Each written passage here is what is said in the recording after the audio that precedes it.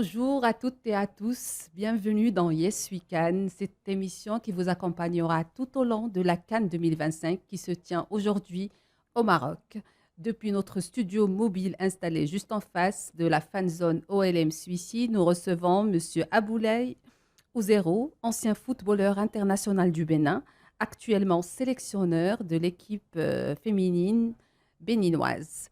Monsieur Ouzero, merci d'avoir répondu à notre invitation. Ah non, c'est moi qui vous remercie. Je suis plutôt content d'être dans votre studio parce que j'ai fait de la radio chez moi au Bénin, je fais Oui. de la télé et faire de la radio ici à Rabat, je trouve que voilà, Donc, vous êtes je suis comme à la habitué, maison, voilà, ouais, exactement. super. Et vous êtes chez vous. Ouais. Alors, pour commencer, comment ça se passe? Comment se passe votre séjour ici au Maroc Super bien, depuis le début de la CAN? super bien parce que moi j'y suis arrivé ce samedi. Mhm.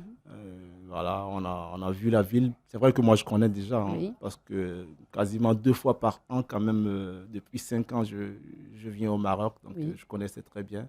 Et la preuve, j'ai voulu venir avec toute la famille pour vivre la fête, en fait, au Maroc. C'est leur premier Cannes. Donc, oui. si j'ai choisi le Maroc pour leur premier Cannes, c'est pas pour rien, c'est parce que je savais que, voilà, ils se retrouvaient dans un cadre intéressant, Mhm, sécurisé, surtout mhm. sécurisé surtout et voilà, avec une très belle ambiance. Et vous venez souvent, mais cette fois, qu'est-ce qui diffère par rapport aux autres fois? Ce qui Bah, est particulier.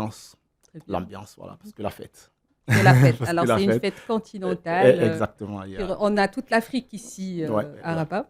Alors, déjà, en tant qu'entraîneur africain, est-ce que vous pensez que cette édition peut marquer un tournant pour le foot africain au-delà des résultats sportifs? Bien sûr, je pense que oui, parce que déjà, vous savez, on a toujours critiqué les pelouses africaines, Mhm. à raison, parce que je pense que c'est quand même plus difficile d'entretenir des pelouses sous 40-45 degrés qu'en Europe, où le climat est beaucoup plus, je dirais, clément. Voilà. Mhm. Donc, très souvent, sur les compétitions africaines, on a eu quand même des difficultés sur les pelouses. Et je pense que peut-être pour la première fois, de, des éditions de la CAN, ça va être nickel parce que voilà, les pelouses sont formidables. Les stades, Même avec la pluie, hein. même avec la Mhm. pluie, même avec la pluie, les stades sont de nouvelle génération. Je pense qu'il y a même beaucoup de pays européens qui envieraient ces stades. C'est des stades modernes. Donc je pense que au-delà de tout l'aspect technique, le terrain, je pense que sur ce coup, on va vraiment assurer parce que les joueurs ne seront pas, je dirais, dépaysés. Parce Oui. qu'on a quand même des joueurs qui jouent dans les meilleurs championnats au Mhm. monde, en Mhm. Angleterre, avec les meilleures pelouses et qui viennent souvent avec beaucoup d'appréhension parce que Oui. quand la pelouse n'est pas bonne, il y a des blessures.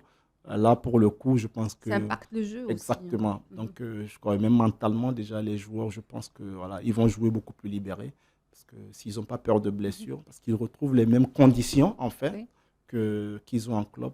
Donc, c'est déjà sur ce point, je trouve quand même qu'il va y avoir un bon signal lancé quand Mhm. même à l'Europe parce que vous savez très bien, très souvent, la Coupe d'Afrique, c'est difficile pour les clubs européens de laisser les Mhm. joueurs, justement à cause des conditions qui ne sont pas optimales. Justement. Mais là, sur ce coup, je pense qu'on retrouve des conditions voilà, qui sont quasiment du même standard qu'en Europe.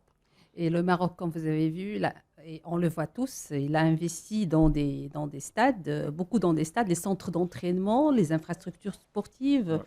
Quel regard vous portez sur ce dispositif et cette vision aujourd'hui? Je pense que c'est une politique qui est encouragée, en fait. Parce que pour attirer beaucoup plus de licenciés, pour amener les gens vers le sport, vous avez besoin de plusieurs choses. C'est-à-dire d'abord de leur mettre à disposition un cadre sécurisé, Mhm. d'accord, et attrayant. Voilà. Parce que aucun parent n'a envie d'envoyer son enfant dans un cadre où il n'y a pas de sécurisé, qui n'est pas sécurisé, Oui. où, voilà, où il y a des problèmes. Mais là, au moins, je pense que le Maroc a fait un gros effort. Parce que ça fait longtemps, c'est vrai. Il y a beaucoup d'œuvres construites, Oui. hein. On peut les citer, même, on ne finirait pas hein, si on doit commencer par les citer ici toute la journée. Parce que la dernière fois, j'ai vu les photos du centre d'entraînement du Raja, Mhm. offert par le roi, je crois, hein, après les belles prestations en Coupe du Monde des clubs il y a quelques années. Je pense qu'il y a beaucoup de clubs européens de très très haut niveau qui n'ont pas ce genre de centre d'entraînement. Donc, je trouve quand même que le Maroc est en train de donner un bel exemple à tous les pays africains. Parce qu'en termes d'infrastructure, vous avez besoin d'investir Oui, si vous voulez vraiment être au top. Parce qu'on se plaint tous les jours comme quoi l'Afrique en Coupe du Monde, voilà, ça cale. Pourtant, on a les meilleurs joueurs oui, africains qui jouent exactement. dans les meilleurs clubs européens. Mais une fois en Coupe du Monde, ça bloque. Bah, parce que voilà, je pense que pour régler tout ça, il va falloir évoluer au niveau des standards, Mhm. des infrastructures. Et c'est seulement comme ça qu'on pourra véritablement rivaliser contre les meilleures nations mondiales. Et en tant que technicien, est-ce que vous pensez que ces infrastructures, justement, ils influencent le jeu et puis la préparation des équipes? Ah, je l'ai dit tout à l'heure, Mhm, et vous allez remarquer même avant la CAN, mhm. sur les journées FIFA, Oui, vous avez presque toutes les équipes qui veulent jouer au Maroc oui. parce que les infrastructures s'y portent en fait. Et il faut le dire aussi, géographiquement, c'est un coin quand même assez stratégique entre l'Europe et l'Afrique subsaharienne. Donc, je dirais le Maroc est à mi-chemin en fait, quoi. Donc, c'est beaucoup plus facile pour les équipes nationales de venir jouer ici. Touristiquement, c'est très très attrayant. D'accord? Parce que tous les joueurs qui évoluent quand même en Europe, quand on leur dit venir au Maroc jouer en journée FIFA, ils viennent. Or, par le passé, on se souvient très bien qu'il y a certains joueurs quand même voilà, qui simulaient des Oui. petites blessures et même Mhm, les mhm. clubs qui n'étaient pas vraiment d'accord pour laisser le joueur partir. Mais aujourd'hui, je pense que c'est un problème qui a été réglé pour l'Afrique. Parce qu'il n'y a pas que le Maroc qui joue ici quand il y a des fenêtres FIFA. Mhm. Vous avez 7 ou 8 nations africaines qui veulent jouer ici. Oui. Donc, parce que les conditions s'y prêtent. Et je pense que la gentillesse marocaine aussi, hein, la gentillesse légendaire qui s'y prête parce que je pense que financièrement aussi, ces conditions sont avantageuses pour nos pays qui n'ont pas de gros moyens. Donc, au lieu d'aller payer des hôtels hors de prix en Europe, Oui. je pense qu'ici, on a les mêmes conditions Mhm. qu'en Europe, mais en beaucoup moins cher. Donc, c'est quelque chose quand même qu'il faut encourager sur ce plan, parce que le Maroc n'a pas travaillé que pour les Marocains, mais le Maroc a travaillé pour tous les Africains. Donc, les pelouses qui sont ici et aussi donner envie à tous ces Oui. pays africains, en fait. Parce que parfois, vous savez, nos politiques ne prêtent pas trop attention aux infrastructures, parce que parfois, on pense qu'un ballon, c'est un ballon. Mhm. On pense qu'une pelouse, c'est une pelouse. Or, il y a des catégories, il y a des qualités. Donc, en venant ici, quand même, je pense que même nos responsables politiques voient la différence Oui. entre ce qu'il y a ici et ce que nous avons d'habitude. Et ils voient très bien les avantages qu'offrent ces belles pelouses-là pour le jeu, qu'en Afrique, où parfois il y a des pelouses qui ne sont pas bien entretenues, qui ne sont pas de bonne qualité, où voilà, techniquement, le jeu, ça se ressent sur le jeu. Donc, je pense que c'est une opportunité pour tout le monde. Surtout avec la coopération sud-sud. Exactement, parce qu'aujourd'hui, il faut le reconnaître, le Maroc est quand même un pays assez ouvert, hein, et on l'a dit Oui. sur les journées FIFA, ça peut déjà se voir. Voilà. C'est un pays quand même qui ne s'est pas refermé Mhm. sur lui-même depuis quand même un bon moment où tous les Africains s'y sentent comme chez eux. Donc, je trouve sincèrement il faut encourager ça. Oui. Et c'est aussi à nous de suivre ce chemin-là pour voilà, pouvoir quand même faire progresser l'Afrique avec l'aide de tous ses enfants. Au-delà du foot, quels sont les vrais enjeux d'une CAN, selon vous? Bah, encore plus maintenant, je pense que c'est ce brassage de nos peuples. C'est le brassage de nos peuples parce que, il faut le dire quand même, l'unité africaine, c'est vrai, là on va sur un terrain sociopolitique, mais bon, il est vrai, c'est pas forcément au beau fixe. D'accord? Parce que vous voyez très bien, quand je prends ne serait-ce que sur le foot, où il y a des élections, par exemple, à la FIFA, on a 54 nations. D'accord? 54 nations, normalement, je pense qu'avec 54 nations, on aurait même pu avoir facilement un président de la FIFA africain. Bah, malheureusement, vous voyez très bien que tout le monde ne suit pas, en fait. Tout le monde ne tire pas dans la même direction. Oui. D'accord? Donc, je pense que ce genre de rassemblement que sont les CAN, je pense que peuvent quand même nous amener à nous connaître mieux.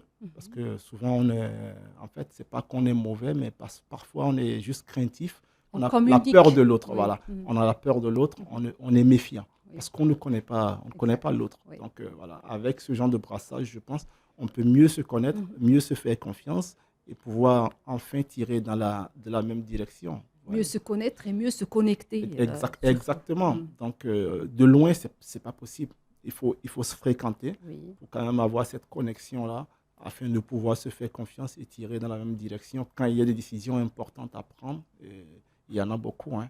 Donc, je pense que le jour où nous serons unis, toutes ces 54 nations-là, il n'y a quasiment rien qui pourrait nous échapper parce que nous sommes tellement nombreux que voilà, si 54 voix dans une organisation, c'est quand C'est même pareil. assez lourd. Bah oui, c'est pareil. Voilà. Donc, vous êtes entraîneur Ouais. de l'équipe féminine Oui. béninoise.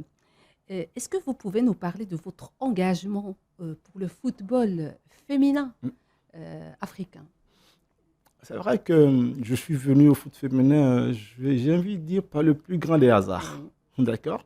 Parce que je ne m'y voyais pas Mhm. au départ, parce que voilà, en ayant joué au football Oui. international, entraîneur, forcément, je me voyais avec les hommes.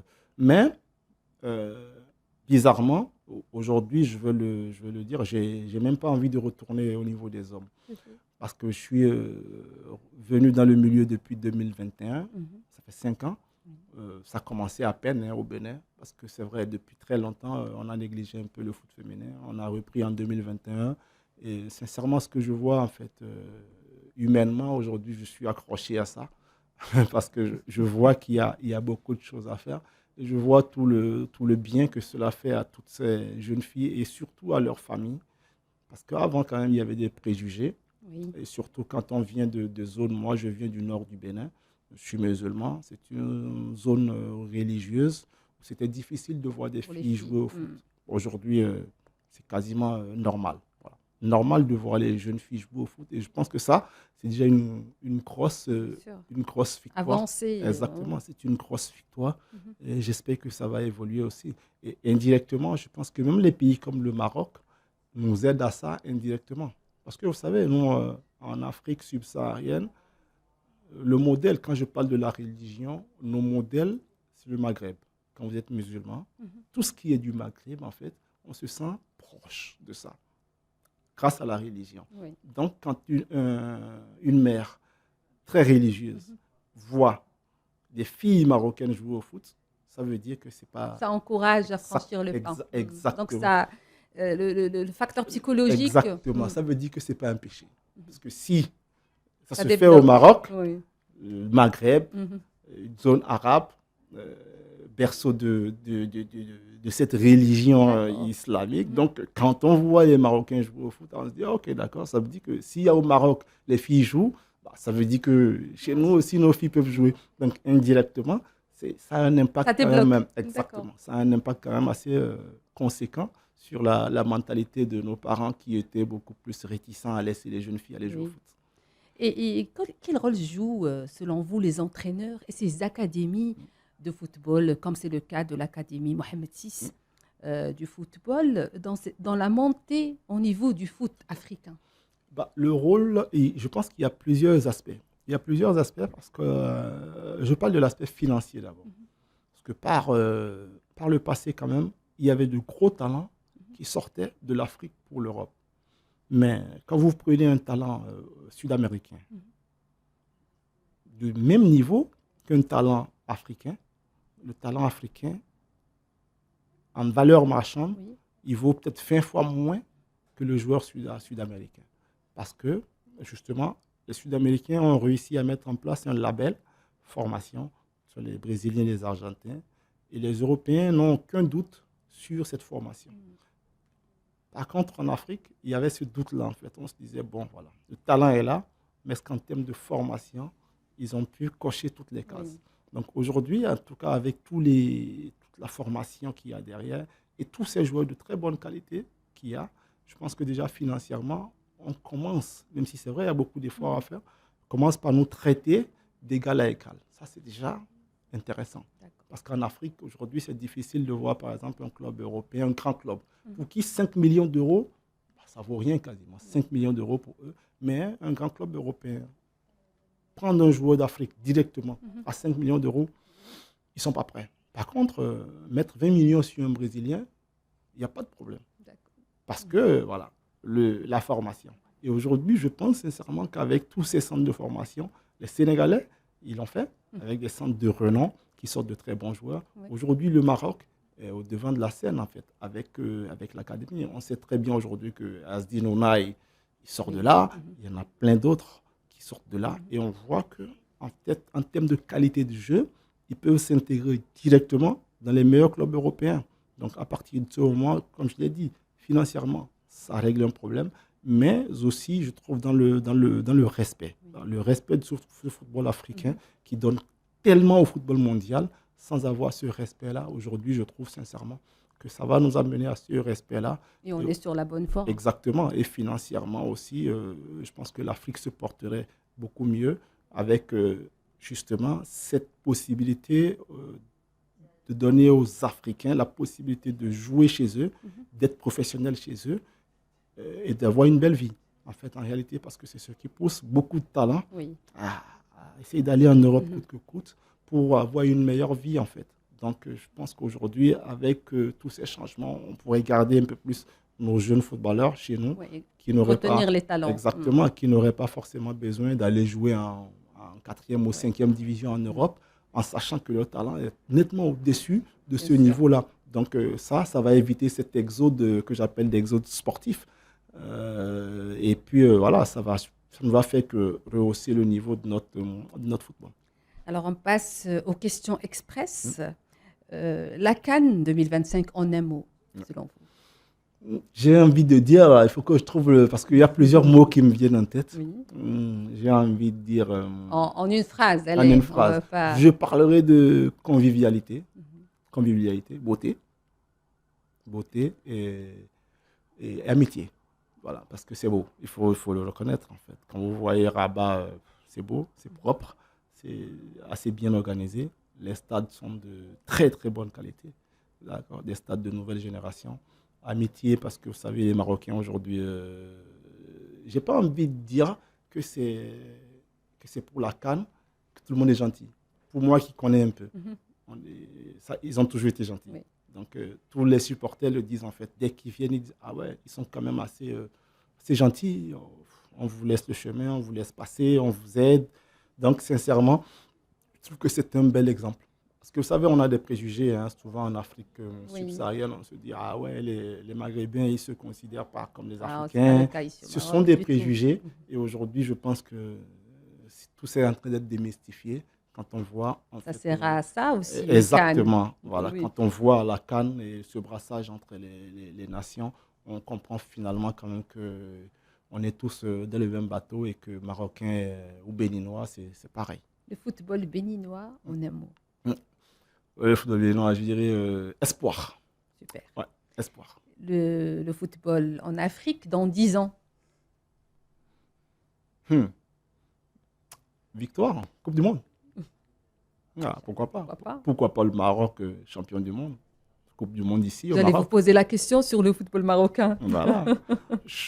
Parce que je pense que le prochain pays africain qui accueillera une Coupe d'Afrique, une Coupe du monde, c'est le Maroc. Voilà. Thème d'infrastructure, je pense que ça saute aux yeux. Donc, une Coupe du monde à domicile pour le Maroc. Inch'Allah. Inch'Allah. Message de footballeur africain. Ouais. Un petit message. Je dirais aux footballeurs africains de rehausser, comme ils le font déjà, le niveau de ce football-là, et surtout de le faire respecter dans le monde entier. Parce que nous fournissons les meilleurs talents, mais nous ne sommes pas respectés à notre juste valeur, surtout par les instances. La preuve, je trouve anormal, par exemple, qu'on ait une Coupe d'Afrique et que les équipes n'aient pas eu un seul match de préparation. C'est anormal. Mais il faut y croire, il faut continuer à y croire. Bien sûr, il faut y croire, il se faire respecter, comme je dis. Il faut tirer dans le même sens. Parce que les joueurs sont venus 2-3 jours avant la compétition. Ce n'est pas normal. Monsieur Ouzero, oui. Merci beaucoup pour cet échange très riche et inspirant. Merci à vous d'avoir suivi cette émission. La CAN continue, l'Afrique avance. Et ici, on le dit avec conviction, yes, we can.